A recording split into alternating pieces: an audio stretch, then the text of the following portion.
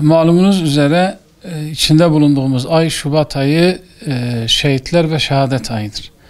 Bu ayda nice dava önderleri, nice alimler, nice bu dava gönüllüleri şehit olmuştur.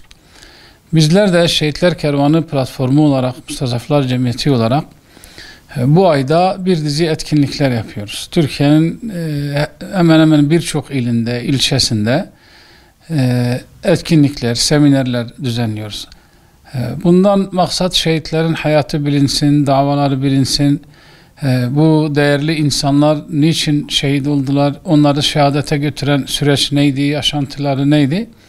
Bunlar Müslüman halkımıza bunları anlatalım. Onların davalarını ve uğruna can verdiği o yüce davalarını canlı tutalım. Ve şehitlik ve şehadeti insanlara sevdirelim.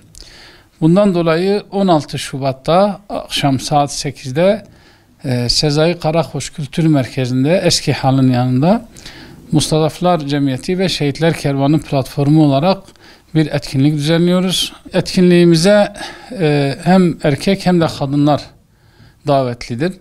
Tüm halkımızı bu etkinliğe katılmalarını bekliyoruz.